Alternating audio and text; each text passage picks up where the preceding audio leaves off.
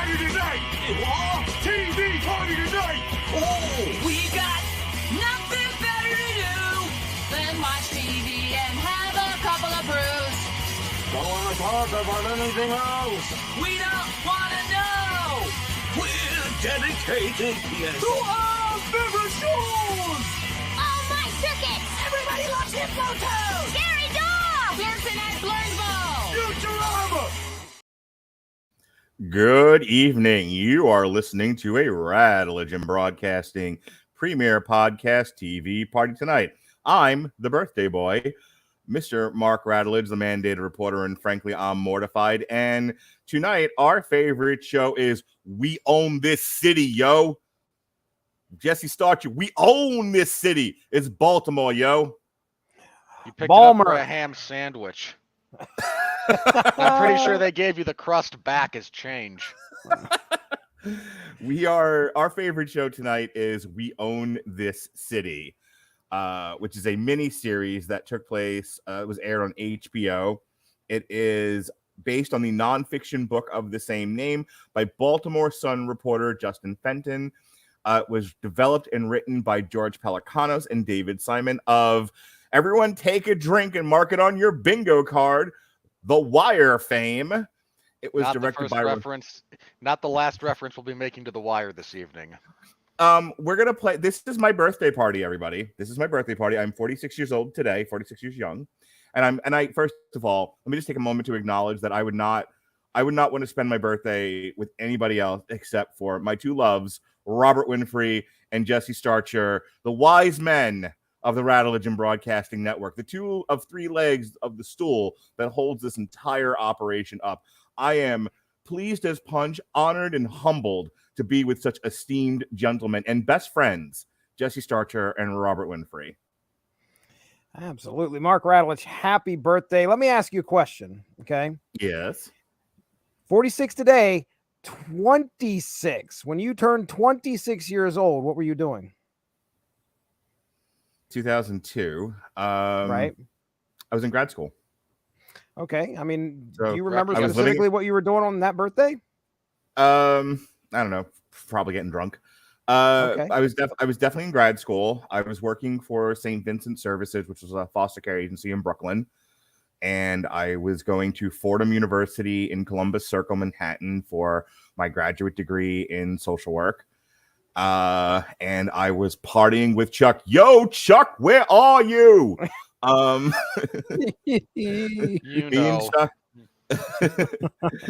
Me and Chuck after work, because he worked he may have still been working for Caroline Records at the time.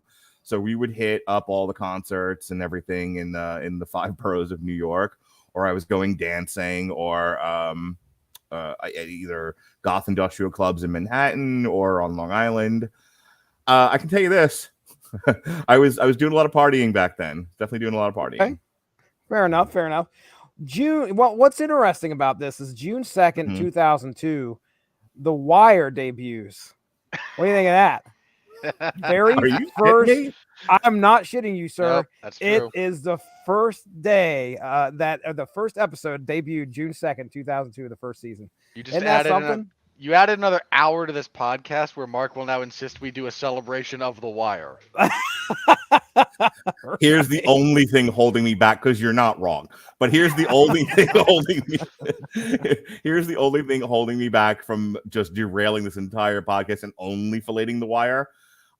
Jesse and I have 5 episodes of our special TV party, From the Corner to the Deuce, where we'll be going through each season of The Wire. I'll have plenty of time to do that then. Yes, you will. In vascular form will you be filleting, sir? I tell you, Keep using that word in that context. I do not think it means what you think it means. This is gonna be a fun hour. I'll tell you, whenever my kids or my wife repeat something that is a known thing that I would say, they will say things the way I will say them, and then I hear you guys do it. This is a true statement. I'm somewhat doing a bit, but also this is for real. It really does. I wonder what impact I've made on people's lives, and would they miss me if I were gone? and to know that I've had that kind of an impact, that people totally steal my shit and run with it. Yeah. The fact that you've now heard me do the vascular detail bit for a couple of months now, and you're now stealing it and running with it. I love you, Jesse. You make my heart sing. Does a heart good, doesn't it? Yeah, it really I does. feel you there, brother. I think the first time Winfree did it on Damn You Hollywood, not the vascular thing, but he stole something else from me, where he totally did one of my bits, and I was like, oh, he said the thing. So makes me want to trudge through this mortal coil just one day more. But just real quick, because you brought up The Wire, I actually didn't watch The Wire when it first came out. It took me. I remember I caught it like on a replay, I think, or a rerun. Months later, and I was like, what are all these like elder black men? Because like it was a scene with Daniels, the mayor, and the chief of police. I'm like, who are all these old black actors, and why are they all on screen at the same time, and they're not wearing military uniforms? What is this? And I was immediately hooked. I had to go back and rewatch it from the beginning. So, and I've been a lifelong David Simon fan ever since, and that's why we're doing the show. What tonight. A bit of kismet, though. What a bit of like destiny. Yeah. For it to be your birthday and for that show to have debuted and it be your favorite show of all time. It's great stuff. It really is. This much at least is true. Man is helpless in the face of causality. That's right. You're not wrong. All right, so back to We Own This City. It was directed by Reinaldo Marcus Green. The miniseries details the rise and fall of the Baltimore Police Department's gun trace task force and the corruption surrounding it. The story centers on Sergeant Wayne Jenkins, played by John Bernthal, one of the 8 officers who were convicted on various corruption charges in 2018 and 2019. It follows a non-linear narrative with frequent flashbacks. And, Robert, that's as good a place to start here, because I already know what Jesse's going to say, so I'm going to go to you first.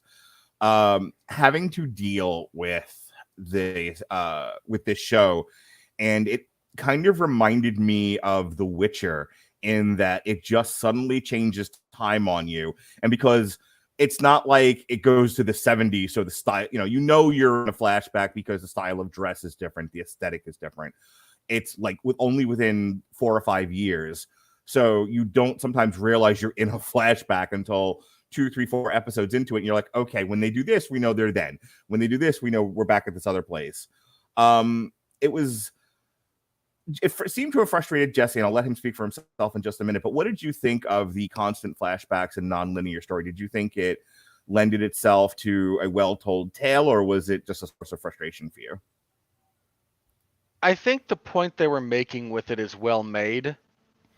I think there's artistic choices they could have made to make the transitions easier for certain members of the audience. I had no problem following this, absolutely none. But I do understand that I am not every audience member. And again, I think there's ways they could have helped that along a little bit easier. But on the whole, no, I don't hate it, especially because essentially our framing device is the investigation and not full-on allocution, but the plea deals that are being made by these corrupt officers, and that's kind of our framing device for telling how we got from point A to point B.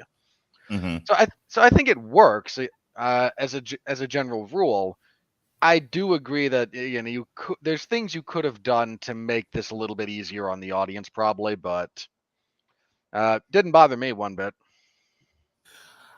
Jesse, you wrote me almost as soon as you started watching this that you were having a hard time following the non-linear storytelling. What was frustrating about it for you?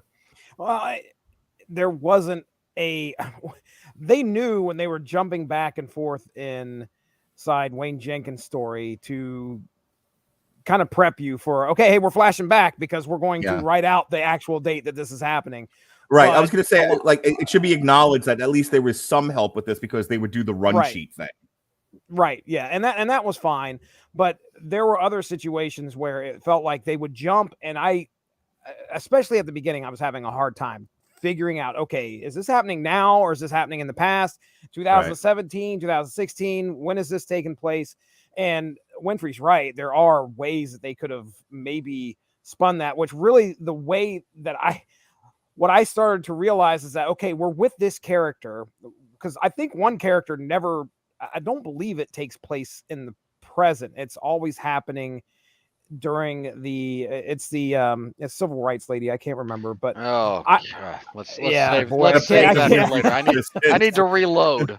All right, so hang on. The actress's name is Wunmi Mosaku, and she's Nicole Steele, an attorney signed to the Civil Rights Division of the Department of Justice, and she is your screaming agenda liberal. Like, She's a studio note. she really But- is. But yeah, we were flipping back and forth, and they wouldn't do like, okay, hey, this is the past because it's a different color tone in some way or something. I couldn't keep track of it, but as the series progressed, I didn't have as hard of a time understanding where we were in the narrative and where things were falling in place in the timeline.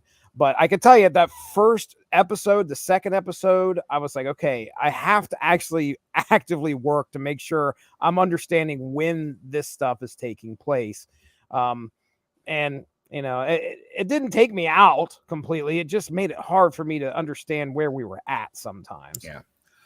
So the show, in part, deals with Wayne Jenkins, the gun trace task force, the corruption therein. The Nicole part of it is she's trying to get something called a consent decree passed, signed, what have you. And so there's the greater corruption within the Baltimore police force. There's the dealing with the specific corruption of the gun trace task force, the grift that was going on, the stealing of drug money, the stealing of drugs and reselling of said drugs, which they get into. There's sort of an ethical debate over what is the greater good, getting crime down and guns off the street, or having a police force that upholds the law in every way that they can. And I'm going to focus on that for just a second so people understand what I'm talking about. There's this idea, there's a character, Herschel, and then there's Wayne Jenkins, and Herschel is played by Josh Charles, and he's a Baltimore Police Department.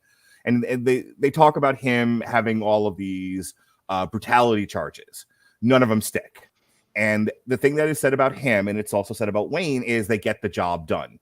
In a police force that runs the gamut of incompetence to corruption to just sitting on their hands, here are two cops that take guns off the street, reduce the crime, get the job done. So we're willing to give them a bit of leeway, Robert. We're willing to give them a bit of room to operate because we don't want to take them off the street.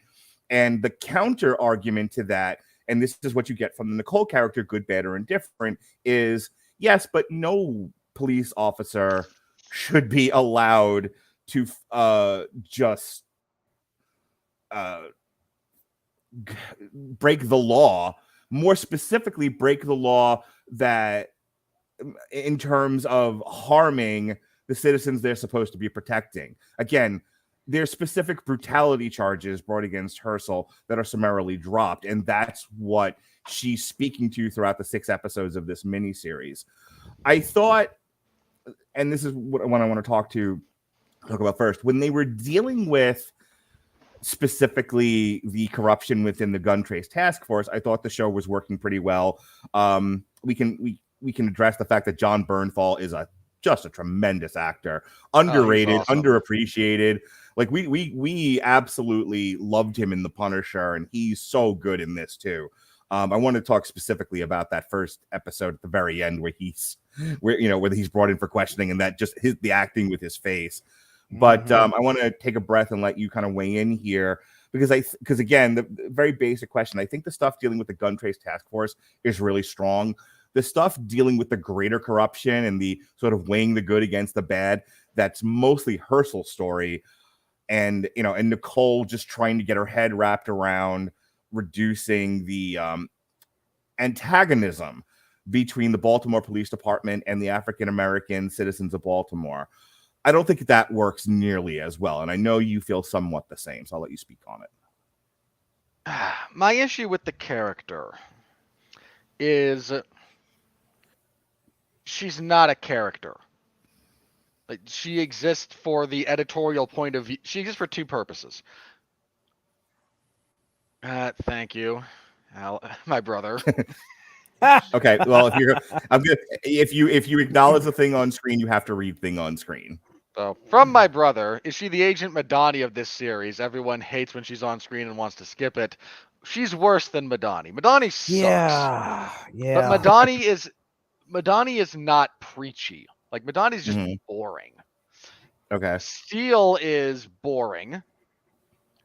And she exists so to have a vehicle for other people to expound to the audience. Boy, this sucks. Because we can't have subtext anymore. We must have supertext. Right. We need Treat Williams to, in a loud, declarative voice, go, the war on drugs is bad, okay? Can I tell you I didn't mind those scenes? But I don't want to interrupt your flow here, so keep going. But I didn't mind the scenes with Treat Williams talking about his greater frustration with the lost war on drugs. But that might also speak to my own political leanings, which we don't need to get into necessarily. But if you've done a podcast with me that even touches on drugs, you know that I'm for drug decriminalization. So like that stuff didn't bother me. Here's my issue with it. My issue is not his point of view. Okay. That's a debate to be had. Right? Fair enough. And we can try to figure out, we can sit around together and be intelligent people and try to hash that out, and no one will care, but that's a debate worth having. Hey, these two assholes on a podcast figured out the drug thing. We should listen to them. Well, look, we figured out peace in the Middle East too. No one cares because it's on a podcast. That's not Joe Rogan. Go on. My issue is the entire structure of it. Mm-hmm. He's not there to do anything other than preach to the audience vicariously through the character of Steel. That's it. She's there to wring her hands over, you don't think Trump will win, do you? Oh, let me clutch my pearls and retire to the fainting couch. Yeah, I struggled with that too. That's my problem with it. Like, that's why she's there. She's there for the pure editorialization of various points of view. And there was a time within all of our lifetimes, gentlemen, when that could be left to subtext. Yeah. I don't want to keep drawing comparisons to The Wire because we'll be here for 5 hours if I do that. But and I brought this up when I was talking to Sean about Stonewall the other night. And that is what The Wire does well, and what it does better than this show, and definitely in spades does better than Stonewall, Jesse, is that The Wire was a vehicle for telling the story about the antagonism between the people of Baltimore and the police force through the lens of the drug war. It says the drug war is this corrupting influence. It makes impoverished people without resources retreat into this like almost animalistic state. It makes the cops corrupt. It makes them brutal. It makes everyone dehumanize each other. And at the end of the day, you don't have people anymore. You just have these warring factions tearing each other down. That was The Wire. But The Wire did a lot of that with subtext. It didn't have to state it outright. There wasn't a big, brining, shining neon light on the Vegas Strip going, girls, girls, girls, drugs, drugs, drugs, Baltimore, Baltimore, Baltimore. It was, this is inherent in the subtext. It made you have to be kind of a smart person and read between the lines. My problem with I want to say we built this city. We own this city is it's a nice story. It's an interesting story if you like this sort of thing. But as Robert's pointing out, and I want to see what your thoughts on this are, is that it tends to assume you're a fucking idiot and can't get the subtext of, hey, cops beating on black people is bad. Hey, cops beating on gay people is bad. Hey, cops beating on anyone is bad. Like, we get it. It's not right. Like 1 out of 100 people watch this show going, I don't understand. You got to hit a black person upside the head once in a while. I get it. Yeah. Like, look, one out of 100. You don't need it shouted from the rooftops in the middle of the show. Right. I kept wondering to myself, and I asked you guys in this chat, and luckily Winfree replied and agreed. But I said, does she do any factoring into the plot at all? And she does not. No. She does You not could do. completely remove that character Yes. and Yeah. instantly make this show better. That's the thing. You- Like I want to let you finish, but like the whole consent decree thing doesn't change anything. By the time that it happens, if it happens at all, it's kind of season 4 of The Wire, where like they want to do the pilot program and the school's like, no, but it would help people. Like it might, but we're not doing it anyway. And you're like, okay, this has no effect on anything. It was kind of like that. Like it doesn't come as a result of the investigation. It doesn't affect the police department in any way. It's just like, The only thing that I could say is that what you get at the end of her arc is that it's just a complete defeat for her. She did no good, not for the show nor for the city of Baltimore. But you were completely ineffectual, madam. You were, and I guess that is a statement in of itself. It's like she, no matter what she did, at the end of things, what she realizes is that she's not going to have an impact, and she resigns. She leaves. Yeah. Right. So that's about the only thing that I really took out of her whole arc. I understand the whole political, like what she's trying to do, and she kind of served as a vehicle to kind of give you an idea of what the streets were saying. You know, you had these street poets that were confiding in her with these things. I was like, oh, that's I don't honestly, I feel like the best purpose she serves, Robert, is she gives Delaney Williams' character, who plays Kevin Davis, the Baltimore police commissioner, who was the sergeant in the homicide unit on The Wire, FYI. And I think he was like a construction worker on the corner. She was a sounding board for him, and he has the more interesting stuff to say. His whole characterization is, I'm between a rock and a hard place.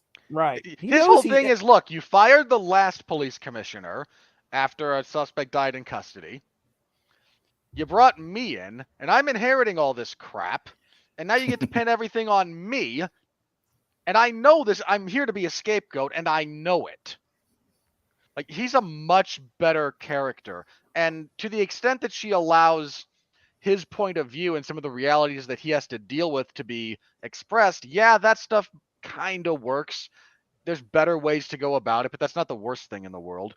The worst thing in the world when it comes to that character is the last episode, where I lost count of the times I rolled my eyes and said, oh, fuck off. You want to let's sit in a court. Let's sit in the courtroom and just look at what we've done. Watch this inhuman system while I can grandstand. Like, shut up. Okay, just shut up. Contrast that with season 1 of The Wire, where again, just the art of subtlety.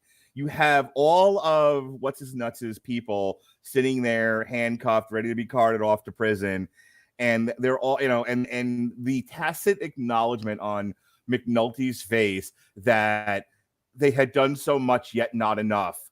And he never has to say it outright. It's just all the acting with his face and acting with Idris Elba's face, and their just sort of acknowledgement of each other with their eyes.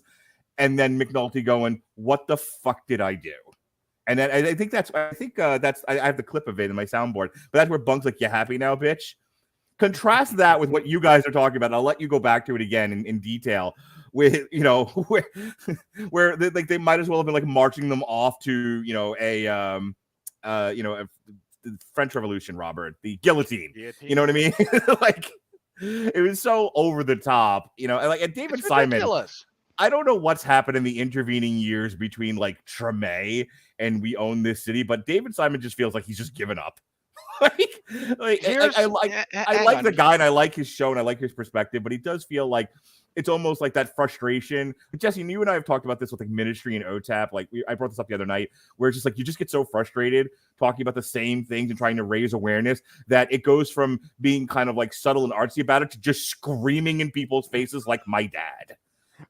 Here's where David Simon has landed. Here's the problem with this: artists think what they do matters.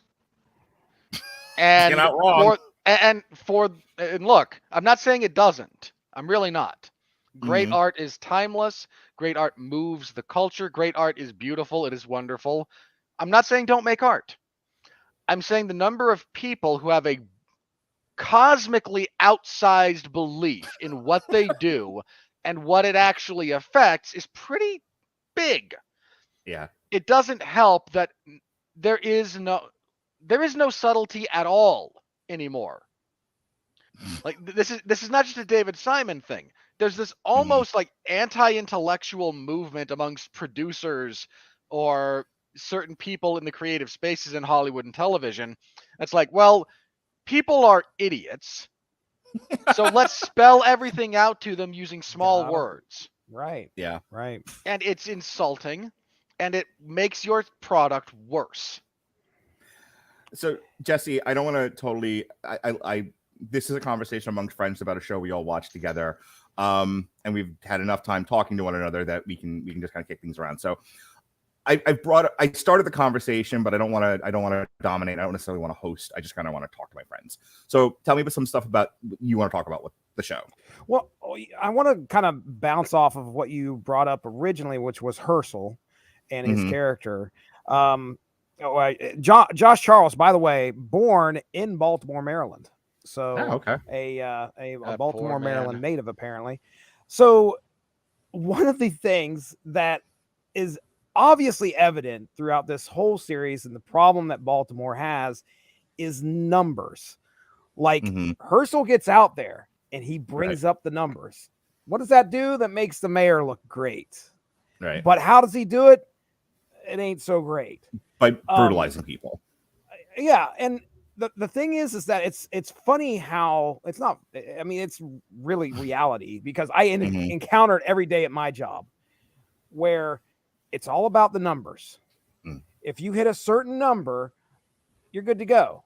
You know, everything is great. And if you drop below that number, and this is the same for just about any job, you got a quota, you got this, you got that number drops, and then things are looking bad, and we've got to turn things around. But if you've got a way to bring the numbers up,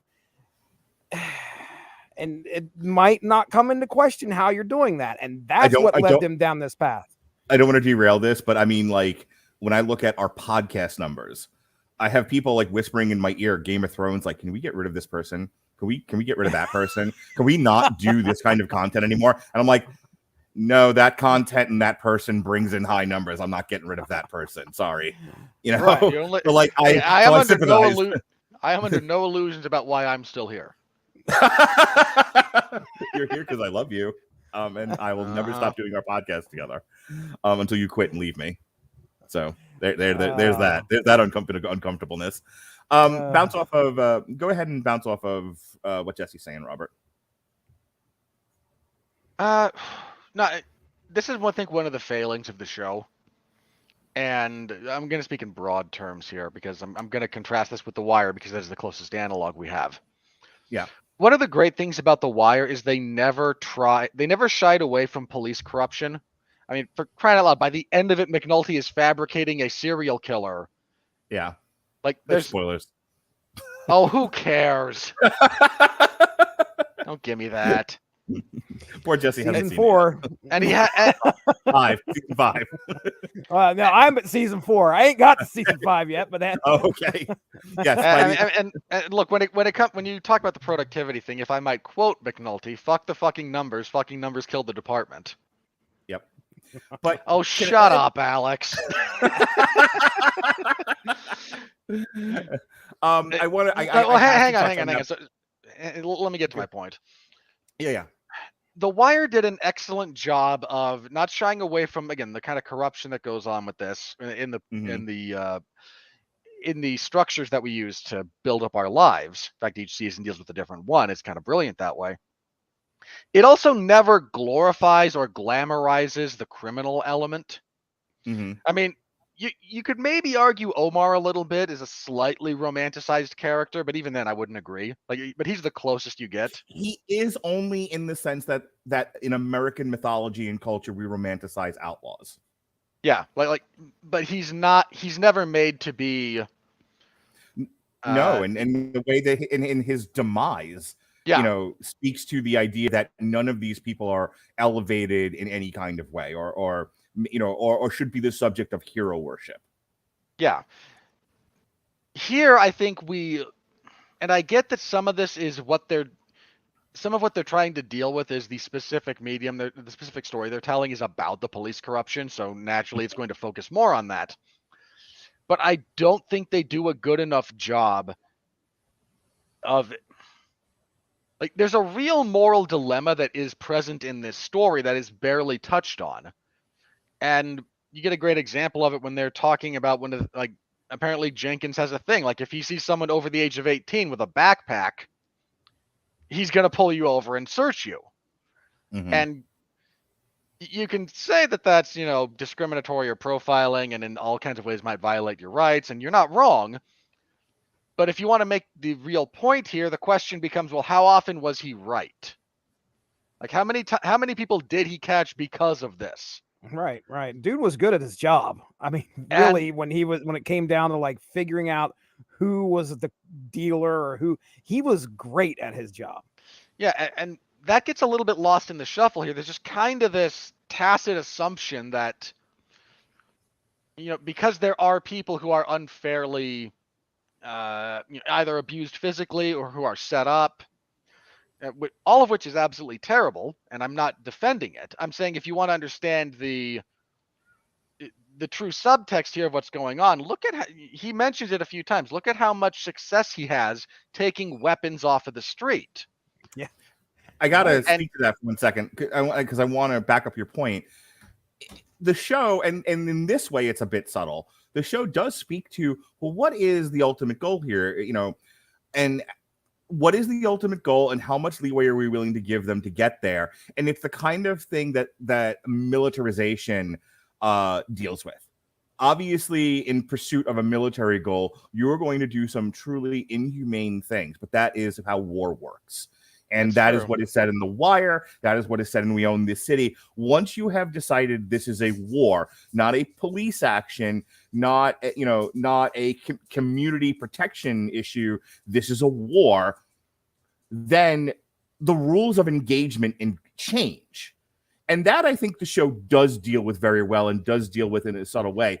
That is the story of Wayne Jenkins and Herschel, that they are allowed to operate like soldiers. They are allowed to violate human rights. They are allowed to flout. That's the word I was looking for earlier. They are allowed to flout human rights protections in the name of bringing down what is perceived to be society sliding off into the abyss. Just the utter destruction of Baltimore City society, Robert.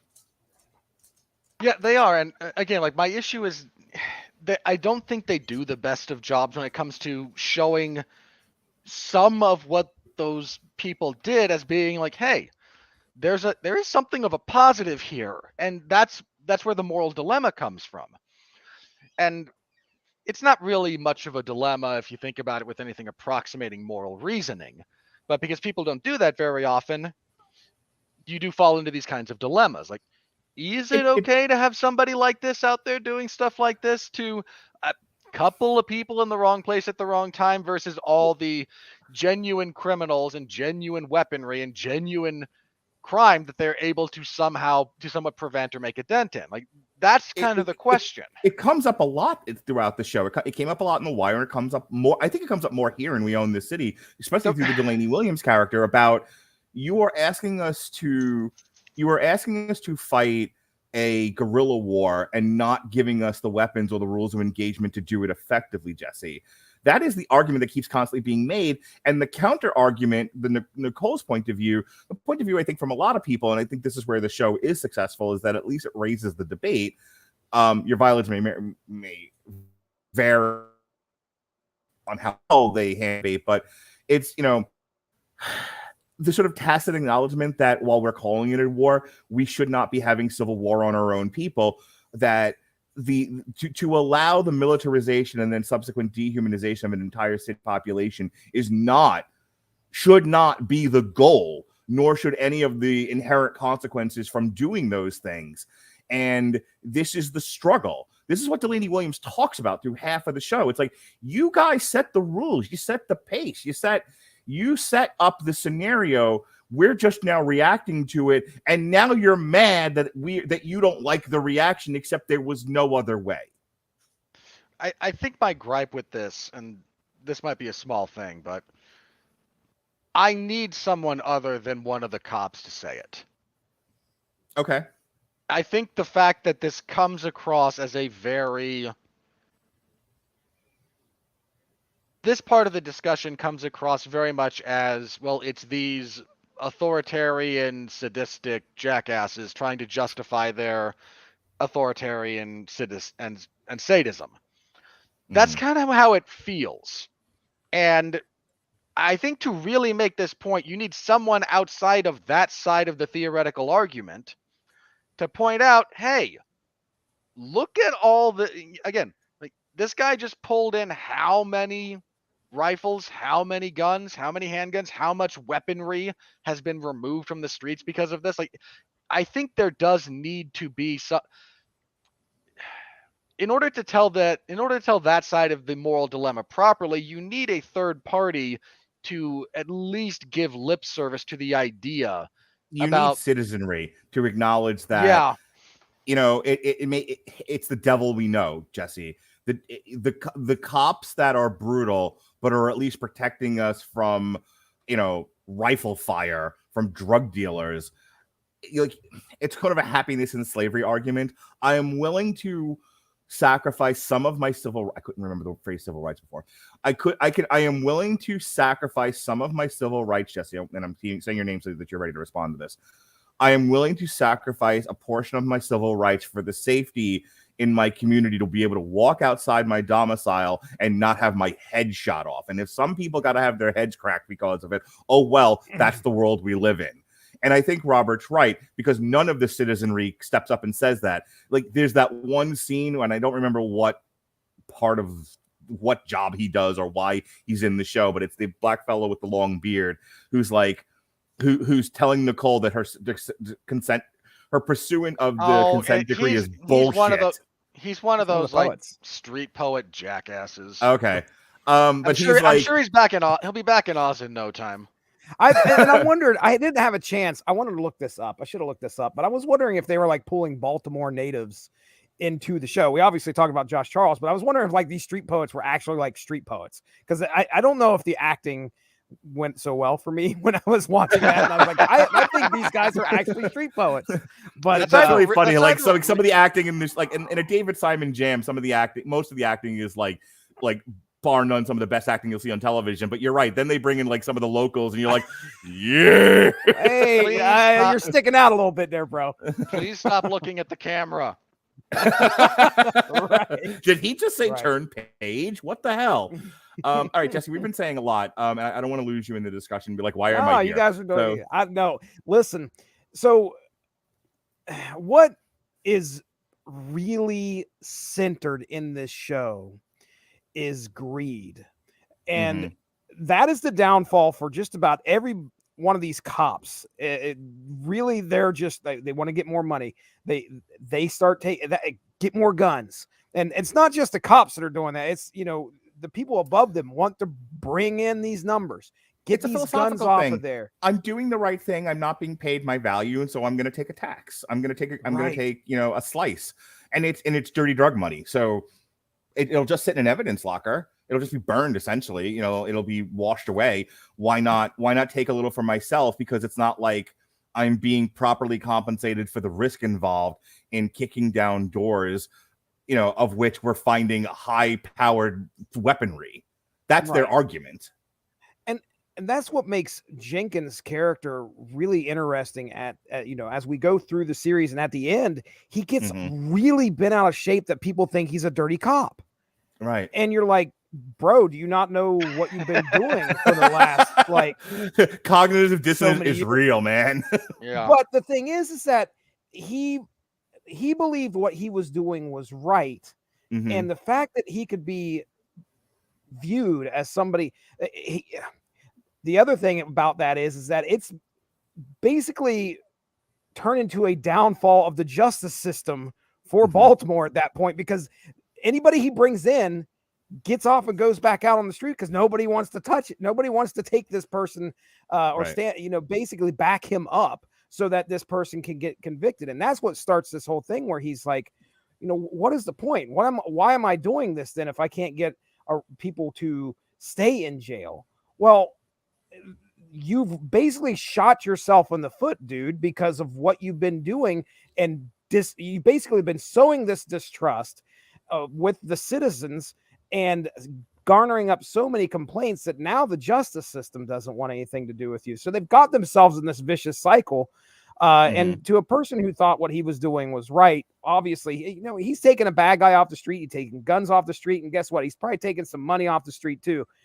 What he's doing with that money and the drugs, he's obviously a little confused in regards to how that should be done with, how that should be dealt with correctly.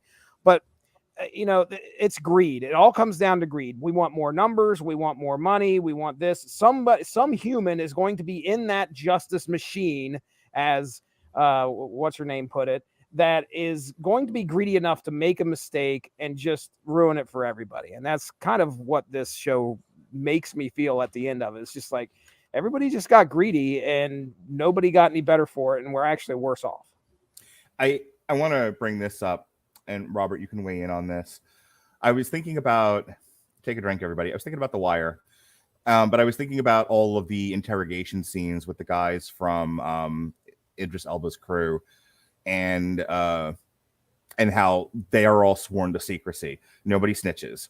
You do your time like a man. Your family gets compensated, and and we can get you a better deal. We will, but whatever happens, you don't talk to cops.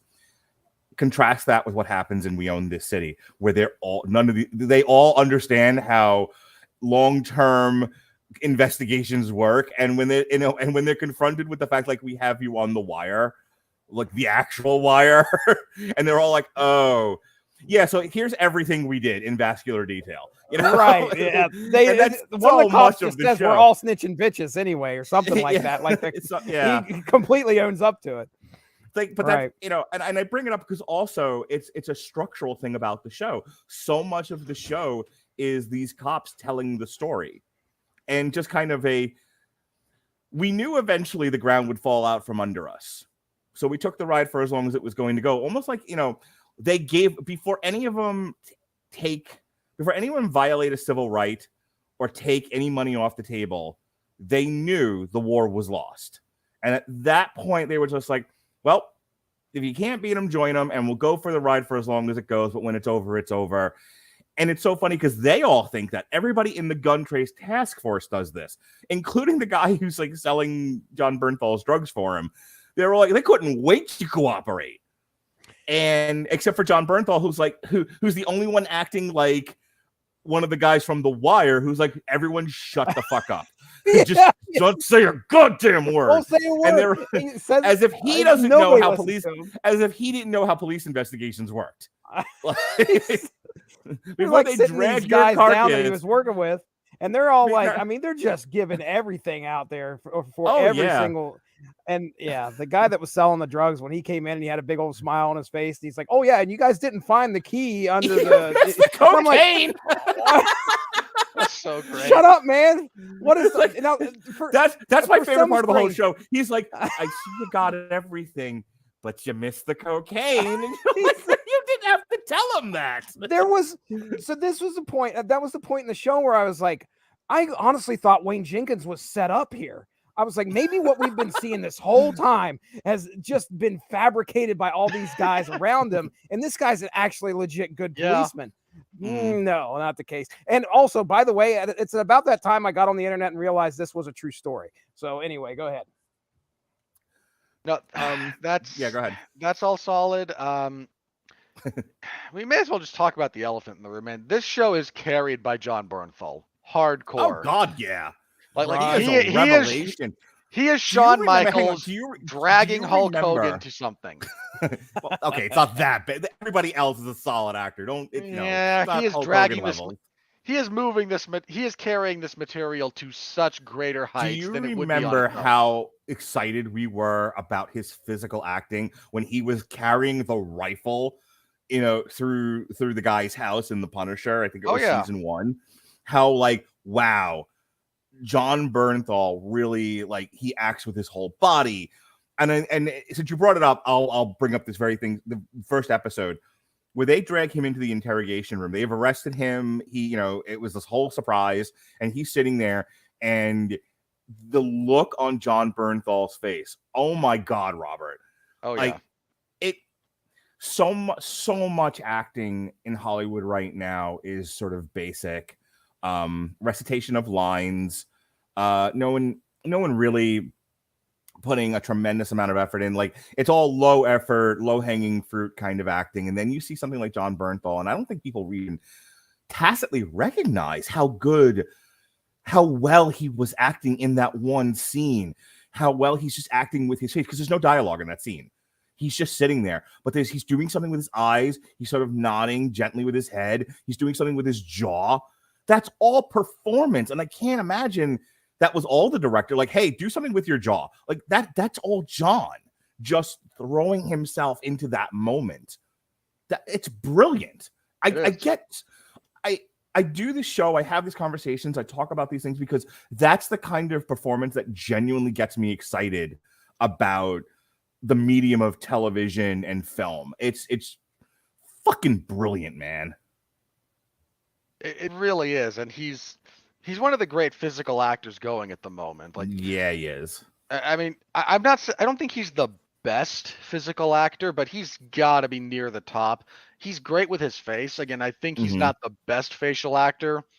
Believe it or not, I think the best, if we're just talking just facials, I think John Krasinski's the best facial actor in Hollywood at the moment. And don't give me the finger. Don't do that. Oh, you got me. I knew where he was going. You are not subtle, sir. But no, I mean, if you look at what John Krasinski can do with just his face, I mean, if you look at, I know it's a Michael Bay movie and it's not great, but if you look at his acting in 13 Hours, especially the end when he tells his wife that he survived and his friend didn't make it, it's genuinely heartbreaking. Did you hear me and Andrew talk about that a year ago or so? Do you remember the on trial we did for it? Maybe. I think both Andrew and I recognize that if you just take the film, based on just to go ahead with your point, if you just take it as a film and you don't look at, how well does it represent the reality of that particular event, we talked about how great John Krasinski is in that movie. Like, he really is a brilliant actor. Yeah, and what he does in A Quiet Place, which is almost all purely facial acting, because everything, the vast majority of it is done with sign language, so it's conveying what's going on with your face, and he might be the very best. Bernthal is definitely top tier of guys who can just, with no dialogue whatsoever, give a full range of emotion to a scene in a performance, and the man is amazing. I first really encountered him in the first season or so of The Walking Dead, where I won't say he completely steals the show, but he exceeds beyond what his character was supposed to, I think, just by virtue of his acting. His monologue to Daredevil in season 2 on the rooftop is the stuff of legend. It's so good. Yeah, he is the definitive Punisher for a reason. Like, everything, he gets that character in ways that make me shudder what might happen with it when they try to revamp it on Disney in the near future, because please no. I'm already terrified about what you're going to do to Daredevil, you bunch of idiots. So Loki. I want to he's brilliant. Look, I don't think anyone gives a bad performance here. Some of them, I think, in the this material, some of them are very hampered by the material that they are working with. Yeah, I was going to say, I think in a lot of cases, look, a lot of this show, at least a third of this show, is people giving a recitation of events through an interrogation. No one, this was my argument. I can't remember which show we were talking about, but our movie, but I kept saying, like, stop expecting people in the military to start screaming at the camera. Like, these are supposed to be composed people. A lot of this show is lawyers talking to cops. So much of it. They're not, so you're getting dramatic performances, but you're getting dramatic performances that are tempered by the situations that they're put in. So you're not going to have an over dramatic, almost overacted, like A Few Good Men. You can't handle the truth, which is great. And it's a lot of fun to watch Jack Nicholson, shove his cock into Tom Cruise's face. However, that's just not, the show is going for an element of realism that A Few Good Men wasn't going for. So you're not going to, realism and Andrew Sorkin are about as far apart from each other as you can get. But I just might watch the I would not discredit anyone's performance in this. They're doing, I think, what is asked of them in the situations that are presented. I do want to talk about sort of the conclusion of this thing as we start to get on an hour here. Can I you guys want to go for another 2 to 3 hours? No. Can I just say that when they got to that ending and they're like flashing the title card, the text boxes about what happened, I had forgotten a couple of those points because around the time that this is set, my interest in politics as a general rule tends to wax and wane depending on where we are in the electoral cycle. There are people who make their jobs talking politics, and fair enough, man. If you can tolerate that and not become so stressed that your fingernails and hair fall out, Godspeed and party on. I can't do it. Right. But when we get closer to election cycles, I tend to pay more attention because, well, more important things are happening and things that you need to pay attention to.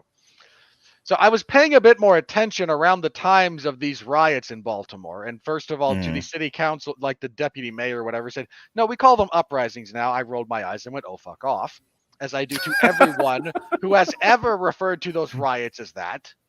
Yeah. There was a concerted effort. Like, we don't want a riot. What if it was an uprising? Yeah, no. 1984 is here, ladies and gentlemen. It's gotten to the point where, hey, there was a riot at the Capitol. Well, it was an insurrection attempt. Well, hang on. That you don't have the evidence to prove what that word means. It was a riot, and it was a terrible thing to happen, and I hope everyone who broke the law is fully prosecuted. But words have meaning, and words used to have meaning, Mark. I remember a time when literally meant literally, not figuratively, and yet people misused literally so much that the good people at the Merriam-Webster Dictionary Factory caved and said literally can now mean not literally. Cowards. I don't know if in the current culture that we're living in, where it's easier to ban books and pass laws about what we can and can't teach people than, educating people appropriately so they can make sound decisions as adults. So I wonder if 1984 is still something that kids read, but you should, because that's what we're living in and how prescient it was when it was written. Man, I had not realized, I think until like the last 8 months or so, how much newspeak we have right now. I had just literally not realized how bad that had gotten until again, like a few months ago, I started like paying attention to some of the crap coming out of the White House. And I'm not saying it was great under Trump. Like, this is a cultural thing that more so than an administrative thing. But the last like couple of months, for some reason, I just started realizing, like, man, words don't mean anything anymore. Yeah. No, they don't. Like, what the hell are we doing? But I think that dovetails into my biggest issue with the show. For the Ronnie Adams and the Chris Baileys of the world, I like the show just fine. I enjoyed it. I like David Simon. It's just fine. It's fine. It's on fire. I love it. I love it. My dad's like, do you know that looks like Oregon Trail? Yes, motherfucker. I've got cholera. Everything's fine. Let me tell you about the Oregon Trail, son. Let me check out my dad on TikTok. Anyway, on my TikTok, as a matter of fact. I wasted I got one of those times playing that game back in grade school. Stumbled across. I wasted so much. I think I wasted so much time watching your dad on TikTok. I'm like, no, absolutely not. No, I got the Buffalo Stampede event, and if you do that, there's a metric ton of buffalo that you can shoot. Right. Well, it turns out there's a load limit on your wagon. Oh no! I killed so many buffalo. Had to leave so many of them just to rot. It felt so bad. Way to go. Small All me right. as a child, it felt so bad. Jesse, this is the last thing we're going to talk about, and that is, The Wire, when it ended, I don't want to give too much away because you still haven't watched it yet. Serial The Wire. killer. Go ahead. The Wire is the story of one cop's utter frustration with the concentric circle of ineffectualness of the drug war. That's what The Wire is about. It's about McNulty's sort of descent into hell. And when it's over and McNulty realizes, he's exactly where he's gone a full 360 degrees. He's exactly where he was at the end of season 1, which is, what the fuck have I done? And why did none of it matter? Every bit of sandcastle he had built up had been washed away and slipped through his hands. That's the story of The Wire, and it's well told. It's bleak. It's a tragedy, but it's a well-told tragedy. I watched We Own This City, and for the Ronnie Adams and Chris Baileys of the world, I like the show. It's fine. I like David Simon. I like this sort of thing. This speaks to me in a language that I understand, and I enjoy it, and I wrap myself around it, with like it's a blanket. However, that doesn't mean it's perfect. And my issue with it is I don't think this told a well-told story. I feel like this was an interpretation of the nonfiction book. It's like, this nonfiction book talks about this investigation. Let's take elements from this and put it up on screen so people know about it. We'll use it as a way to speak to police brutality and the antagonistic relationship between the African-American people and the police department. That is a big cultural touchstone and talking point in the national conversation right now. And when it was over, I was like, and what is the point? The point is police are... The police can be corrupt, and when and with enough of evidence, they'll go to prison. Yeah, are you like? Okay. Did you know this? Did you know this beforehand going into it? What revelatory thing did We Own This City, show you? A bad cop went to prison, and if you're using the Baltimore Police Department as an example, that the police are too far gone, we're too far down the rabbit hole with the drug war, that this can't be fixed. But we knew that in The Wire. Yeah. So there's a whole line about like, this is a super tanker, you can't turn it around that quickly, and there isn't enough will or enough people in place long enough to do so. Okay, we got all that the first time you said it. So I look at We Own This City, and it just, to me, Jesse, and I'll shut up so you can talk. It just feels like David Simon needed a vehicle to talk about police are bad, and he did it, and it was like, okay, no one's disagreeing with you, but is there a point to this? Is there a story here? Is there a grand tale that is unfolding and is, satisfactorily concluded? Or is it the fucking Sopranos where the thing just kind of ends and you're like, what are we doing here? Yeah, you got to remember, this is a adaptation of an actual event. So, this is probably what they were probably aiming for, was just to do kind of like what you said, like, this happened. We're going to actually show the people in a certain way, some way. We're going to bring in some great actors, mostly to show what happened during this period of time in Baltimore. And yeah, it's definitely bleak. You walk away with this, like, at the end, as you're reading some of the stuff that happened after the events of Wayne Jenkins, you start to see that they bring in the new police. Is it the new police commissioner? Police commissioner who's gone a few weeks. He's got like a couple of months. Tax evasion. Tax evasion. Dude's out of there, amongst other things, and the mayor. I think the one thing that got me, which I laughed at, was like they temporarily ended plainclothes policing and brought it right back again. Tied in, tied out, tied in, tied out.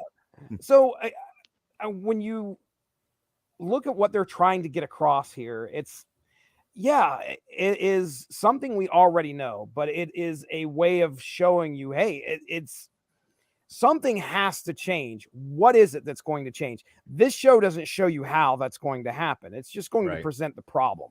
It's just going to show you, this is the problem. Now, where do we go from here? David Simon, I don't know if he has any answers. He's just showing us what's going on. And it's a recitation of elements of an event that happened. That's all the show right. amounts to. We can't, we have to move forward in some way. Real quick, let you turn over to Winfree real quick. I pulled up Newsweek here just to kind of see what's going on with Wayne Jenkins here. I'll read a little bit of this last paragraph. So in September of 21, Jenkins spoke with BBC journalist Jessica Loosenop from behind bars, where he claimed he never took any money from Baltimore citizens. All right. Jenkins said, I never had theft complaints because I never took money off individuals. I did give drugs to Donnie. And then he says Donnie Stepp, who testified he and Jenkins sold $1 million worth of narcotics. For the last couple of years, I was police, but I didn't take people's money because then they would know you were dirty. Explaining the tactics of the gun trace task force, he also told the publication, this is a saying we state. Don't let probable cause stand in the way of a good arrest. If you've got to lie about what you've seen, if you've got to lie about what you've seen, don't just say it all. If you've got to lie about what you've seen or what you heard or what you had witnessed, as long as he's dirty, he's got the drugs and he's got the guns, he did the crime, just get him. Okay. Good stuff. Again, if that doesn't say a whole heck of a lot. I think this show's at its best. Here's the story that is told here. And I think when you isolate this portion of the show, it works as a story. The descent of Wayne Jenkins from, I wouldn't say, bright-eyed and bushy-tailed new police officer, but someone who came when he got out of that cop car and was like flexing his arm and showing his stripes and stuff. Boy, I love that part of it. Bernthal was just getting right into it, but he was enthusiastic then. This is the story of a guy who starts out like anyone else who starts out in this job.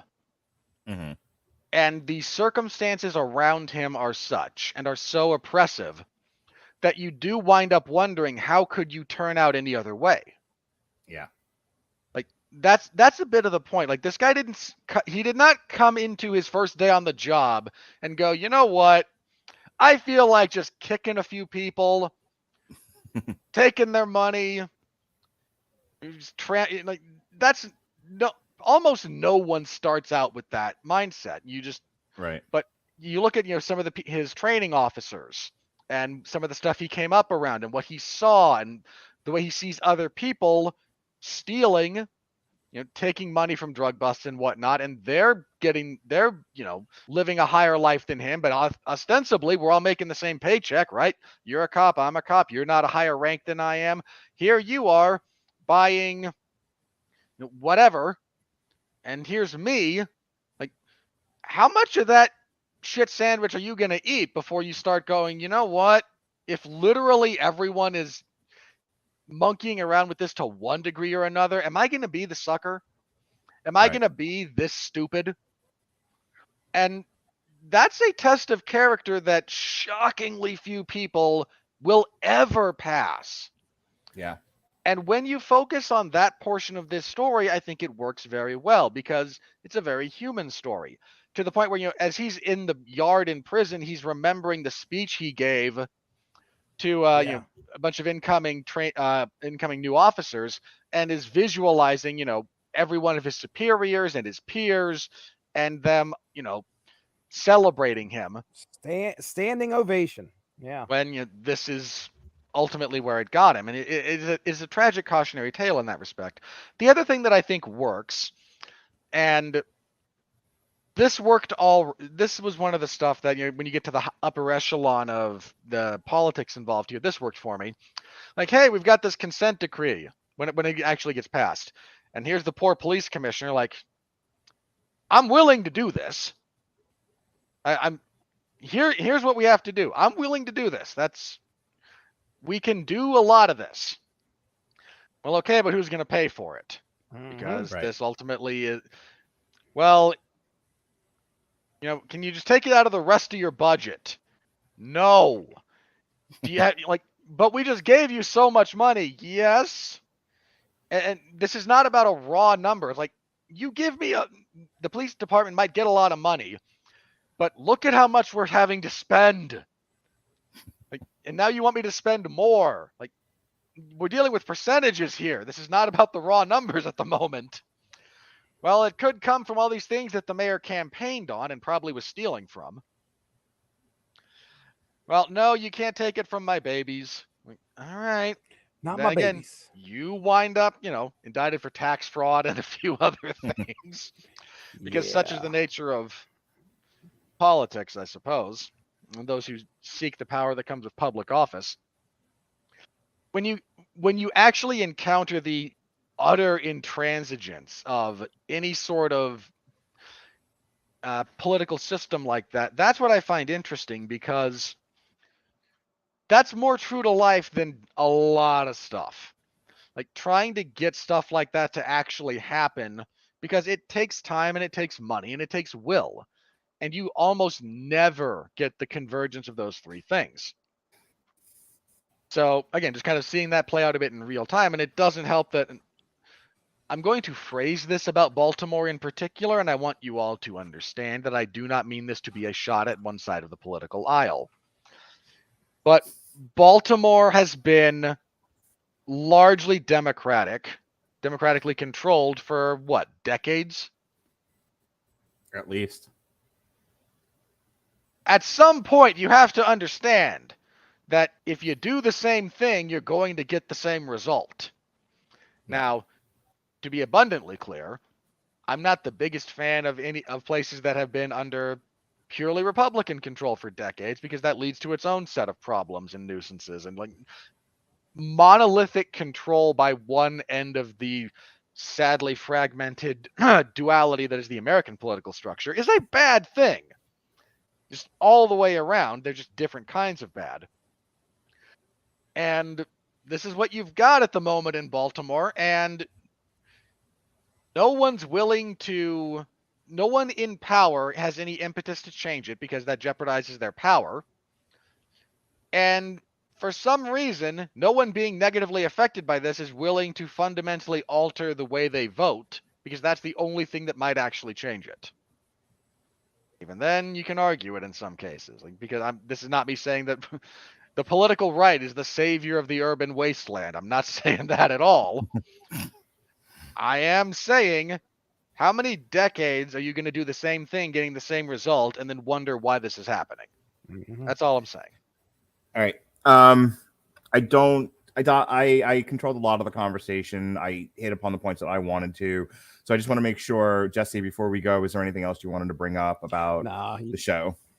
You guys did a phenomenal job covering everything there. I can't do anything but echo what you guys said about Bernthal's performance. It really did carry a lot of the show for me. I mean, just watching him come in there, and he felt very real to me. Yeah, that's probably about the best way for me to describe it. But I mean, I enjoyed what I was watching. If we could have cut out, I wonder if like they added her section on. It felt like we got to pad this out. We can't just have 4 episodes, or we can't just have 3 episodes. So they added the civil rights lady in there afterwards or something, just to make things a little bit longer. Who ultimately must resign in protest over the horrific election of Donald Trump. It's your turn, motherfucker. And that was so. I mean, that's probably about my biggest criticism of this of the whole series. But I enjoyed what I watched. Had a good time. Watched it with my wife. What did Mindy? I mean, I know not to put your wife on blast or anything, but like Mindy's not particularly like politically motivated, or like has a dog in the hunt, or is somebody who, from all the years that I've been talking to you, she's not gonna be like, Jesse, fucking Malcolm X, like she's not coming to you with that. You brought her to this, and I'm curious, like I know, hang on. The first time I made my wife watch The Wire, her reaction to it was almost entirely based on what happened with the 4 junior high kids, and specifically how their end comes about, and that's what she viscerally reacted to. And I remember her saying, this is why I don't want to watch shows like this. This is too sad. So I'm asking you, what was Mindy's reaction to something as bleak as this? Well, number one, okay, you're probably giving her too much credit when it comes to the criticism in regards to a TV show, okay? Because Fair enough. this is a woman who loves Law and Order, Criminal Minds. She's going to be down for anything about police procedural. So this is kind of her jam then. Yeah, look, you and I have talked about Homicide 2 seasons so far. What did I tell you? Right. I said me and her watched that back in 98, 99. Right. So we kind of grew up on Homicide. So it's one of those things where like this is something we both enjoy watching. The content, I guess you'd say, the subject matter is something that we certainly aren't going like, politically we totally disagree or agree with it. No, it's interesting to watch these people go through the justice system. And then, like I said, I had no idea this was based on a true story. I'm sitting there going like, wow, this is entertaining. I'm like, holy shit, this is a true story. And me and Mindy were like immediately on the internet trying to figure out what happened to these guys. So yeah, it was, we both enjoyed it. Mindy had a good time. I'm glad that Mindy was able to watch this and not nope out because of a talking dick. I'm really glad that we got past all that. She stuck through Pam and Tommy. I'll give her that. She wanted a nope out so bad. Oh boy. All right. Last licks, things left unsaid. Robert Winfree. Anything else you want to talk about before we go? Again, like we're part of the reason we do this show is so we get to talk craft and criticism, and we say what we like, why we like it, what we dislike, what we don't think works, etc. I largely enjoyed it. Again, like once I caught on to what was going on with the Steel attorney, like that's when I lost my patience with that pretty quickly because I feel it's bad. I feel it's poorly executed. Yeah. On the whole, this is certainly a worthwhile show. There's a better show in here somewhere that I don't think was quite carved out the way that it could have been. And whether or not you even could under the circumstances with which this was made, I don't know that you could have done it any differently, but I don't know that for artistically, I see a better show in here than was presented is maybe the best way to phrase that. But Bernthal's performance is amazing. If you're into the David Simon kind of style, this works. You've got people, doing good to great acting for the most part. Not all the characters are good to great, but that's a writing issue, not an acting issue. It's fairly short. I mean, it's 6 episodes, so you're not investing a tremendous amount of time, but it's largely worth your time and energy, I tend to think. And boy, are the David Simon like people and showing up in every single thing. Like going back to Homicide, we're seeing people that frequented The Wire, and we see them in here in this show as well, which is interesting to. Well, he has his people. He does, but he also has the same people that Law and Order have, and some of the other like NCIS or whatever shows are shot on the East Coast. All share the same actors, and yes, a lot of them showed up in a lot of David Simon stuff, but they show up other places too. Like I remember, I think Bodie from Oz and The Wire also shows up in like episodes of Law and Order. So I think it's just he's part of the reason why pretty much everything David Simon does isn't real. Okay. Have you not heard? Hey, I'll be brief about this. Yeah, I don't know what you're talking about. Oh, have you not heard the Tommy Westfall theory? Oh, we're on Tommy Westfall. Oh boy. Okay, hang on. This whole thing started as a thought experiment because there was a writer of comics, I forget the gentleman's name, who said people who track strict continuity in comics make things too difficult for people who write comics. And his argument is, if people who watch television did the same thing, do you understand how much television takes place in the mind of an autistic boy? Now, hang on. Here's the reference. Mm-hmm. There's a television show called St. Elsewhere. Right. Which is a medical drama. Denzel Washington's on it. A few other people.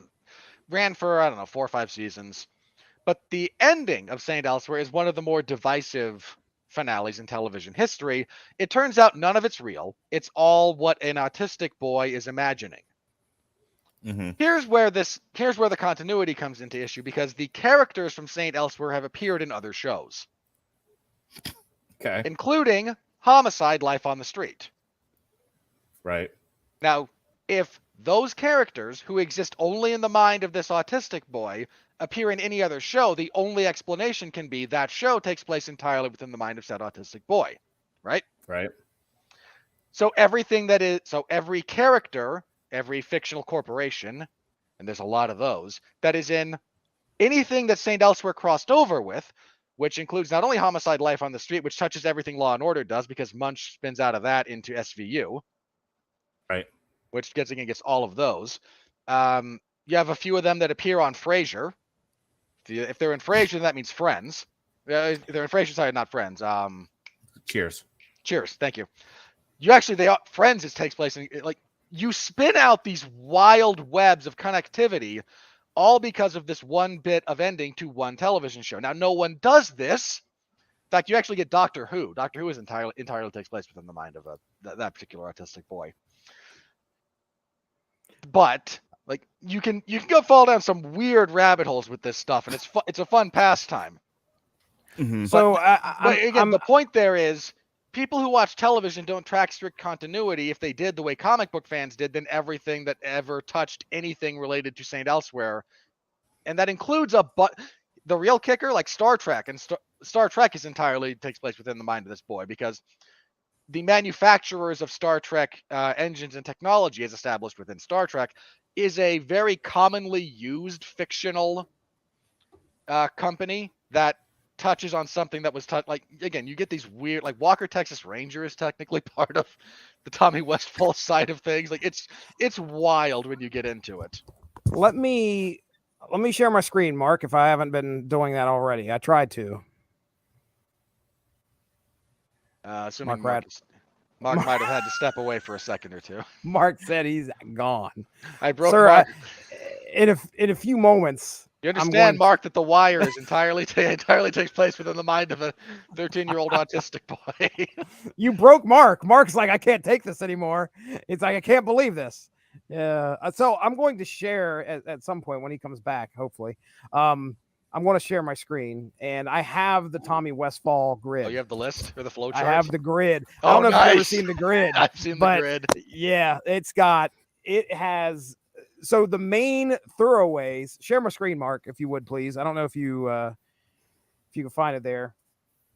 There we go. There we go. All right. So this am I looking is at? the Tommy. This is the Tommy Westphal. You're looking at now, grid. sir. Sorry. Go ahead. I'm looking at now. Yes. This is the Tommy Westphal grid. Here's St. Elsewhere, and here's Homicide: Life on the Street. Now, if you follow this grid, you can see each one of these shows is touched by something that was touched by one of these. Yep. And that's what Winfree's talking about. It's like over 50% of television. Right, dude. I mean, there's crazy. Alf and Mr. Robot. Yep. Because I remember this actually, because Mr. Robot had an Alf episode, if I remember correctly. It did. I just read about that. Never seen it, but I read about it. Murphy Brown. I mean, all of these were touched by Tommy Westphal. I was on an episode of Becker. Seriously? Yeah, when I was at Hollywood Extra. Nice. I was on Becker. Nice. I was on I told you X-Files, Malcolm in the Middle. If you've been on Becker, then you're a part of the David Simon I guess universe in some fashion. You can 20 degrees of separation or something. I can now die happy. All right, can we be done with this bit? Well, hey, I'll be done. Let me go ahead and stop sharing my screen. I forgot Dead Like Me was. That's funny. Anyway, so fun little rabbit. There's your TikTok. I love the Tommy Westphal thoughts, man. Great stuff. Good pool there. Again, this is a worthwhile show. It's got flaws. It's got some stuff that just, if I wasn't watching to review this show, a lot of the stuff with again the DOJ lawyer I would have skipped, because like it becomes so apparent what's going on. Like, oh, 2 lines of dialogue. I can skip 3 minutes. And here's what I'll tell you. I think the value of this show is inherent in the national discussion over the antagonistic relationship between police and the African American communities. Beyond that, I'm not sure how worthwhile this show is beyond your own personal interest in the subject matter. And Bernthal's performance is worth it alone, but fair enough. But to the extent that I get what you're saying, and I think you're correct in that assessment. So I expect this will be nominated for a bunch of crap, because of course it will. I like the way you put that. Like, I'm sure this shit will be nominated for nonsense. Who knows? I'm sure Emmys if he gets nominated for something, but I mean, I don't know. I'm sure the Emmys and Golden Globes will eat part of this up. Sure. Because I don't know. I mean, I don't know how much. I'd have to go back and look, see how much stuff David Simon's material has actually won prizes. I don't know if a lot of it has. Well, he's not directing it. He didn't direct any of this personally. He's part of the development and production cycle, but he didn't direct anything, which probably helps. But also, look, let me put it like this, Mark. Mm-hmm. If The Wire came out today, it would be sweeping everything, and you know it. That's where we are culturally. I don't want to disagree with you. One, I don't want to drag this conversation out longer than it has to be. But I think my only sort of reticence to agree with you is I think there is a line of to where there's just certain things that culturally we just don't want to. I mentioned this with Stonewall last night. Because Sean got up on his hind legs and was like, Roland Emmerich shouldn't have been the one to take a stab at Stonewall. He doesn't quite have the precise hands for it. And I said, let's give credit where credit's due. Who else was talking about this? Who else wanted to talk about this? At least he tried. And I think he also recognized that your general audience that you are attracting to a major motion picture feature and wide release, you have to do things to accommodate them, or they're just summarily, like the vast majority of people who passively watch movies are not coming to watch any movie about the Stonewall riots. You have to put something else there to attract those people. Relative to the discussion we're having tonight, I don't know how much of this, when so much of your audience wants to watch The Big Bang Theory, I don't know how many people are coming to watch this, or want to deal with it. You're forgetting what category this falls into for nominations. Mm-hmm. This would be for outstanding miniseries, not for a dramatic, not for a season of television. No, I get that, and I guess what I'm saying is, I think there are certain things that deal with heavy subjects to a point that the Academy and the people who make such decisions are comfortable with. If you go beyond that, though, if you start making them uncomfortable, then they don't want to recognize it because they're like, I don't want to touch your show. That brings up icky points that nobody really wants to talk about. Like, we all want, it's easy to, again, I go back to Roland Emmerich and Stonewall. It's easy to make the dummy observation of beating on people is bad. Cops shouldn't beat on people. It's harder to have the conversation of, okay, yeah, and what are we going to do about it? And why is this happening? How did we develop a culture of brutal antagonism within law enforcement? How did we get there? Why is this happening? Why is it still continuing to happen? What are we doing about it? Ugh, no one wants to talk about those things in any kind of real, way. It's much easier to just sort of focus on cops are bad and just leave it at that. So I think the dummy shows that say cops are bad get the nominations and the prizes and the recognition, and the ones that actually in any way point to any kind of real analysis, I think would probably get ignored. I now must double check something related to this because you brought it up. So hang on. Is it about like tangentially related television? Hang on. I am. Jesse, did we lose you entirely? Are you like playing Fortnite? I'm sitting here looking at the Tommy Westphall universe. I've been in Wait, so we have lost you. Got it. I'm about to post a link. No, God, I forgot that they nominated WandaVision for Outstanding Limited or Anthology Series last year. Yeah, okay, I win. We're good. Hang on. No. Because what won was The Queen's Gambit. Mm-hmm. Okay. And they also nominated The Underground Railroad. Hang on, let me back up one more year. I'm curious, did Watchmen get nominated for anything in the year that it came out? Yeah, it won. Okay. Outstanding Limited Series. Watchmen won. As it should have. You and I have very different perspectives on that. Certainly do, Ollie. mostly related to its handling of pre-established characters. I think if you go into that divorced from knowledge of the source material, you'll have a better time. Which I did. Chernobyl one before that. What is the point you're trying to make so that we can wrap this up?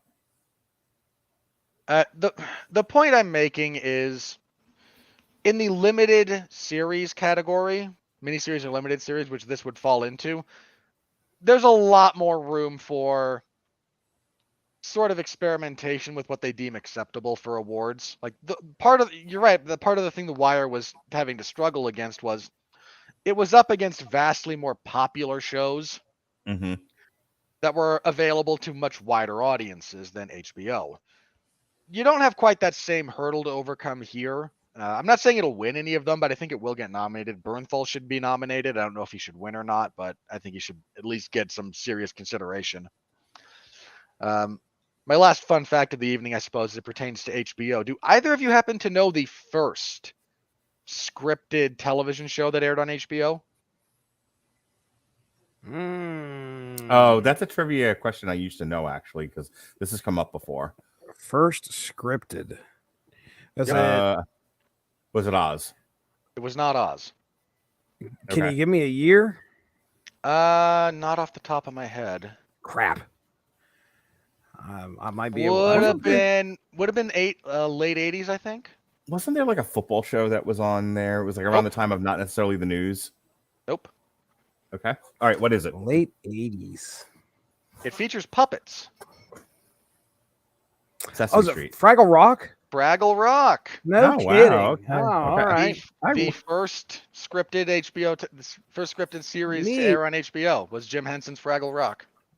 I used to love that show as a kid. Fraggle Rock. Good the stuff. trash heap has spoken. Yeah. All right, folks. That when we're talking Fraggle Rock, the trash heap has spoken. It's time to end the show. That's the way I'm going to sign out every Metal Hammer of Doom. The trash heap has spoken. Yeah. And with that, so also ends our week of coverage here on the Radulich and Broadcasting Network. Our live stuff has been interesting. I finally got caught up with stuff today. We kicked off the week, Harry Broadhurst and I, doing the best of the collective. We looked at the rest of the collective 2022 shows that aired over WrestleMania weekend. Sean and I did a triple feature kicking off Pride Month. We looked at Roland Emmerich's Stonewall, Paul Verhoeven's Basic Instinct, and But I'm a Cheerleader. Jesse Starcher, Robert Cooper, and I reviewed reviewed Def Leppard's Diamond Star Halos. My son was actually on a Metal Hammer of Doom extra yesterday for the creator video that we reviewed, and him and Robert Cooper had some really weird bonding. It made me uncomfortable. That tracks. That absolutely tracks. Neil Blackwood from Movies That Don't Suck and Some That Do came on with myself and Chris Bailey to review AEW Double or Nothing. And then wait. So did you tack on a review of The Irishman while you were at it? Because yeah, not really. We're shooting for 10 hours. No shit. So and just for the record, to all of you AEW bots out there going, no, 6 hours isn't too long for a wrestling show, get bent. I cover a 6-hour event pretty much every Saturday, and it's too long for that, and it's better paced. All right, so it's also been Terminator Week all week long. I don't know why I decided that this week was going to be Terminator Week, but it was like, oh, I don't want to do as much recording. I still recorded 4 days this week and multiple shows. I don't know why I thought this, but anyway, it was Terminator Week all week long. So we have re-airs of our Genesis review, the Long Road to Ruin that Jesse was on for the Terminator trilogy, where I explained in vascular detail why Salvation was not going to get covered. You didn't. There was no detail about why Salvation was not covered. Mark said this movie sucks. We're not covering it. I said it's not part of the. I said specifically, and I've listened back to it now. It was not part of the Sarah Connor story. That's why it wasn't covered. There are two, not one, but two Everyone Loves the Bad Guys. The very, very first Everyone Loves the Bad Guys, as a matter of fact, was on the Terminator franchise. So it was me and Robert. I was on the very first Everyone Loves the Bad Guy. Who else would it have been? That's right. Yeah, exactly. Tomorrow is the second part of that discussion that he had with Ronnie Adams, plus a re-airing of the Boys Volume 1, The Name of the Game, Jesse. That's Season 3 dropping soon. Apparently it's already out. The first episode is. And then we kick off Jurassic Park week on Saturday with an Everyone Loves a Bad Guy for Dinosaurs and Dragons, and then a long road to ruin for the first 3 Jurassic Park movies. Then our review of Jurassic World from, I think, 2015. Source material for The Devils in the Desert, which is a Jurassic Park comic, plus a Hell in a Cell review. Written by John Byrne. And finally, we're a week late. We're a week late on this because I was glamping, but we're finally going to get around to Top Gun Maverick. And then, hey, they kicked back Creator a week, so I had to rearrange my calendar. Live on the air yet again. So this Wednesday coming up, June 8th, myself and Jesse will be talking Homicide: Life on the Street, Season 7. Plus, because I love Jesse Starcher more than life itself, we will also be discussing Homicide, the movie. Yeah. And then we'll have a re-airing of X-Men Apocalypse on the same day that I'll be taking my kids to go see Tears for Fears and Garbage. And that's it for me. Robert Winfree of the Screaming Boy podcast. Tell them what you do. The last time that doesn't work on me. It was somewhat amusing, however, to re-edit parts of the second part of that Terminator podcast that I did with Ronnie, and I actually do introduce him as Ronnie Adams from the Screaming Boy podcast because that's what he did at the time. It made sense. It was contemporaneously accurate. I cover a bunch of stuff: professional wrestling a few nights a week, AEW's Dark Elevation on Monday, MLW's Fusion on Thursday. In fact, the episode that came out a little earlier today has a pretty fun lucha match as your main event between 2 very talented gentlemen. And WWE SmackDown on Fridays, which was kind of the pits last week. So we'll see what this week has to offer. Okay. Just the last week, not good. Very, very not good. Someone in the comment section said, Rob, live stream of Rob during this episode, and it's the gif of Bugs Bunny in the prison outfit breaking rocks.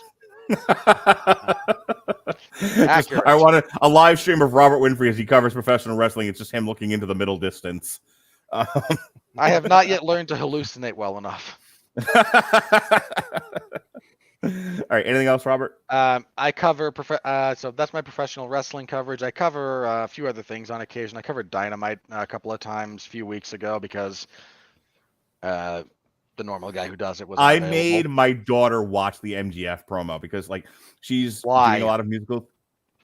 She's doing a lot of musical theater, and she has to learn to do auditions, and she has to learn monologues for said auditions. And I'm like, hey, here's a really great example of somebody who uses his space, uses elocution and inflection. Doesn't really matter that you don't know what the hell he's talking about. What you need to know is how he did it, the way he did it, the performance in and of itself as a monologue. It's a really great example of how a monologue should go. So I made her watch the MGF promo. Aside from that, I thought it was a good example for a monologue audition. I just thought it was a hell of a promo. I mean, it definitely more to how pathetic the promo game is at the moment across the board as a general rule. MJF is the only guy in 2022 who could do a worked shoot promo and not have the audience collectively roll their eyes at him. He's the only one. I said this to when my daughter was asking, like, what was the context, and I said, wrestling works best when truth informs the story, and there's obviously a lot of truth in what he was saying. But just like when CM Punk did his pipe bomb, and Triple H was like, yeah, we didn't really let him go out with a live mic and say, I wish Vince McMahon were dead. We obviously approved him saying that. So, it's truth informing the fiction, and that's the best kind of wrestling. And that's all I'll say about that. Jesse Starcher. Hang on, I'm not done yet. I cover mixed martial arts. Saturdays, the UFC events for the most part. This week, there's an event. I will be covering it. If you want a full preview of it, I host the 411 Ground and Pound MMA podcast, where I talk the wide, wacky, wonderful world of mixed martial arts. That event records Sunday evenings, goes live either late Sunday or early Monday, depending on where you are in the world and how much I have to talk about and when I can get to recording. There's My schedule is a bit fluid on that at the moment because no one wants to talk to me. So I get to do it whenever I want to. And sometimes that's a little bit later than other times. So I will be doing that. Let's see. Mark mentioned next week, Top Gun Maverick. I have not seen it yet. But it seems to be getting reviews that are on the positive side of things. $200 million opening weekend. You know, I mean, you can't knock the hustle. I don't care about the financial returns. That has like almost negative effect on my viewing experience. Okay, we'll discuss it when we talk about the money. I'm happy to talk about how successful it is financially because it is, and that's a simple statement of fact. You know, it occurs to me in that vein, Doctor Strange 2 might not ever get out in China. Yeah, I heard that. Well, they announced today it's going to be on Disney Plus June 22nd. Well, so. here's the reason, and it's not the two moms. Dude, I don't want to do this for another 30 minutes. Please wrap this up. I'll be brief, but the Chinese, I forgot this. The Chinese government. We've completely lost Jesse. He's fucking reading a comic book on air now. I completely forgot that the Chinese government has rules about talking about the afterlife. Melissa, put your phone away. So the fact that finale is like the spirits of the damned might be a real problem, and you couldn't really edit that down. But we'll talk movies again this Tuesday for Maverick and whatever else we happen to discuss on that particular show. A lot of movie stuff coming out this month, so be on the lookout for that. We will be busy beavers over here talking all the films. Yes, there's sir. There's the Jurassic World movie. There's a couple of double shots that we'll be up to. I will be referring to you as Dale for the entirety of the Chip and Dale's Rescue Ranger segment of our review. I haven't even watched it yet. My son watched it. He was like, "Oh, it's really good. I can't wait to watch this with you." I was like, "Okay, I haven't watched it yet." Yeah, that's good. It's pretty much exactly what you think it is, and I don't mean that as a negative. Okay. Jesse Starcher of the Screaming Boy podcast. Do your put your fucking comic book down, you nerd. What? And I'm sorry, I was just sitting here. I was reading Daredevil. This is where Daredevil fights Vapora. She's gasoline fumes. That's right. I have Daredevil to work versus... tomorrow. Why are I did a podcast on this, Mark. It ties into my plugs.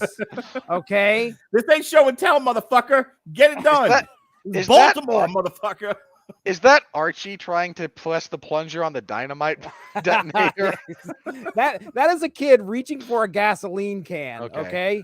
This is a great book. Anyway, I did a podcast on this. Yes, you wonder where in the world can you find a podcast where Jesse talks about Daredevil going up against gasoline fumes? Find it on the Source Material Comics feed. That's where you can find it. On the agenda, Heart of the Hawk just dropped for Unspoken Issues. It's where me, Chris Armstrong, and Evan Bevins get together and talk about a story that happens in the Dark Hawk series. So Unspoken Issues, 90s-centric comics podcast. We had a good time talking about Dark Hawk there. And this coming Saturday starts one of the largest projects I've done, especially with Unspoken Issues. Chris Armstrong and I did a 4-hour podcast on the Image Comics founders and their #1 issues for each one of their submissions. I guess I should say their launch titles. But guess what? We divided it up into 8 episodes. So there's probably about 10, 15, 20-minute episodes. So you're not going to be bored by a 4-hour podcast. But the lure of this is we count them down. We count them down. We go from 7 to 1, and you've got to tune in to find out who tops the charts. You'll know by the time you get done with 6 because there's only one left. That's right. There you go. If you're following, you'll probably know. But we combined our efforts. Spawn. Oh, okay. Winfree's putting himself down for Spawn. Tune in, find out if he's correct. Or Savage Dragon, actually, now that I think about it. Oh goodness. He could be hot. He could be cold. You'll never know. Just tonight, right before this podcast, Mark, I'm pulling one of your deals. I did 2 podcasts in a row tonight. Right before this one, I recorded an hour and a half on Panic in the Sky, which was a 1990s Superman story. So that'll be dropping at some point as well. But other than the fact that I need to plug Kapow, the Pop Culture Podcast, because tomorrow I'm basically going to be doing the podcast that I was designed to do. And we are going to be doing a 20 movie draft completely on time travel movies. I'm participating. It's going to drop probably the next week. What's that? You're the ringer for that. I cannot wait to get involved, man. I told him he has to be like Scott Hall and just fucking take over. You know, like just start shoving nerds in lockers and down flights of stairs. Like, I'm Jesse Starcher, bitch. It is going to be interesting because you know who I am, but you don't know why I'm here or what time I've come from. The way this is set up, people can like veto. That's great, by the way. I'm stealing it. People can veto other people's submissions. So and you only got so many vetoes. It's an interesting way for them to do this. So I'm kind of scared as to how things are going to go down. I know what number one is going to be. There's absolutely no possible way what I think number one is going to be is not going to be number one. That's going to happen. But I have what's that? Time Cop. I'm just being Time Cop. Jean-Claude Van Damme. Ron Silver. Movie. Ron Silver catches it all up. That's it, Mark. Go celebrate your birthday. Happy birthday. The Wire dropped 20 years ago, man. Congratulations. I actually, we stopped talking about We Own the City 40 minutes ago. I just want to point that out. Oh, really? We are the worst. Anyway, okay, hold on. Nah. You know that's not true. You have been part of worse outros than this. Here's what I want to say really quick, and then I'm just going to go right into the outro music. Over the course of the 16 years that I've been podcasting, can't believe it's been that long. I've done a lot of different shows. I've worked with a lot of different people. The best friends I've made in life of the last 20 years, I've met through podcasting. Two of them are sitting with me here tonight. Robert Winfree, Jesse Starcher. I don't know where I would be without these guys, and I would hug them if they were here. I love you guys a lot, and was half kidding when I said, oh, I want to spend my birthday talking about this stuff. The half that's true is that's really, really what I wanted to do. My wife's like, how do you want to spend your birthday? I'm like, talking to Jesse and Robert about a David Simon show. She's like, you fucking nerd. But it's true. As I transition out of doing this 4 and 5 days a week down to 2, I'm glad we were able to do this. I'm glad we were able to have this time. And as I go forward, it's something I talked about with Jesse Wednesday night. I really want to focus on talking to the people who I love about the stuff that I love and not feeling like I have to cover every Star Wars show and every Marvel show and every DC show, because that's what nerd podcasts do. This show is a reminder of why I do this. I do this because these are where my friends are, and this is an opportunity to talk about the things that I am passionate about. So I want to thank Jesse and Robert for spending time away from their families and from the things that they like to do and the things that they're passionate about. Spend an hour and 40 minutes with me talking about police corruption in Baltimore. So a thing that I'm passionate about. Talking about a David Simon show, and it's like a meme with me to talk about The Wire, but I really do. I really, this is one of those things where I love talking about it, and I love talking about it with people who are bright and entertaining and challenge me. I mean, I don't know if everyone knows this or not, but Robert Winfree sometimes has a different opinion than I do. No, there's not documented evidence of that at all. There isn't a decade's worth of documented evidence weekly about that at all. Anyway, I didn't want to end the podcast without acknowledging you guys. Thank you. I love you. Thank you for spending my birthday with me. So happy that's birthday. It. Feelings mutual, man. Happy birthday. Hope the next one's even better as you march towards 50. My 50-year-old birthday party is going to be lit. We're going to talk about all the David Simon show in one night. No, I'm just kidding. Dude, we're going to meet in Baltimore for your 50th. Yes. Hold on. I'm joking. I will never travel to Baltimore before you get any ideas, sir. I jokingly told Melissa, I said, one day I want to be roasted for my birthday. I'm like, that might happen. Like my 50th birthday, all the Radulich and broadcasting people fucking roasting me. My problem is, I think you guys would stop making fun of me and only make fun of Alexis. Having said that, be well, be safe, and behave. Oh.